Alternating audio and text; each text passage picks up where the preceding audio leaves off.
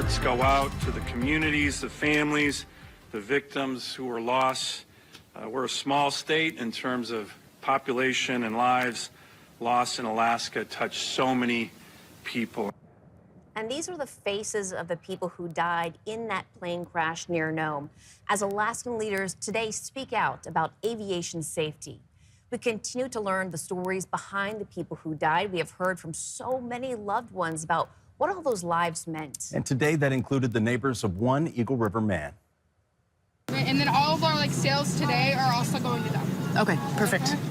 These are just some of J.D. Moncure's neighbors showing up at Eagle River's Soda and S'mores, who donated all the sale proceeds today to his family. Now, for the first time today, his family sent us his picture, just one of those 10 people we have been showing you and bringing you stories of the last few days.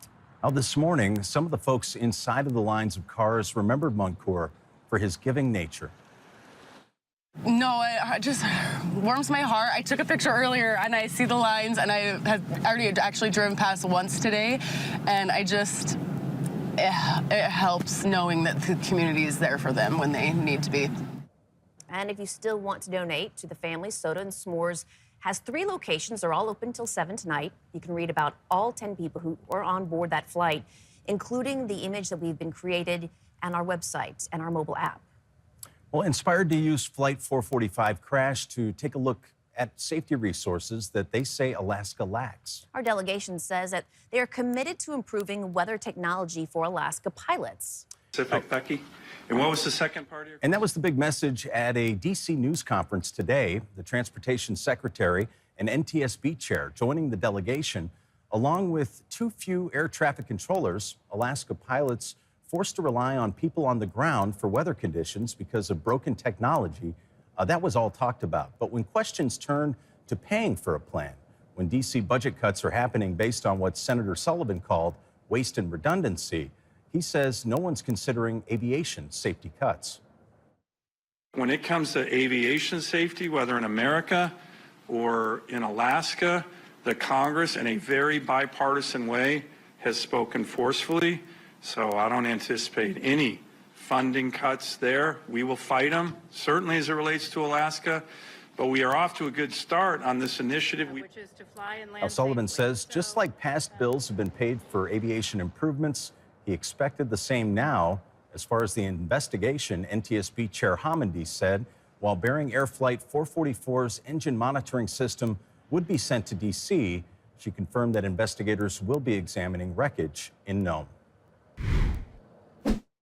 We are united as a team, as members of the Alaska delegation, working with our federal partners to make sure that we take every step possible to ensure that our skies are safe for the traveling public.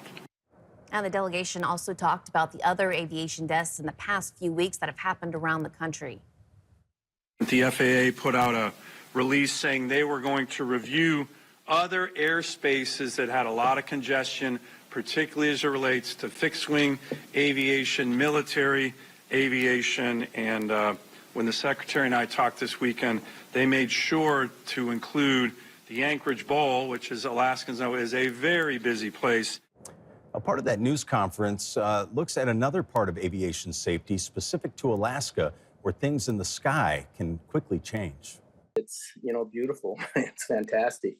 But the weather is the biggest factor with flying out here.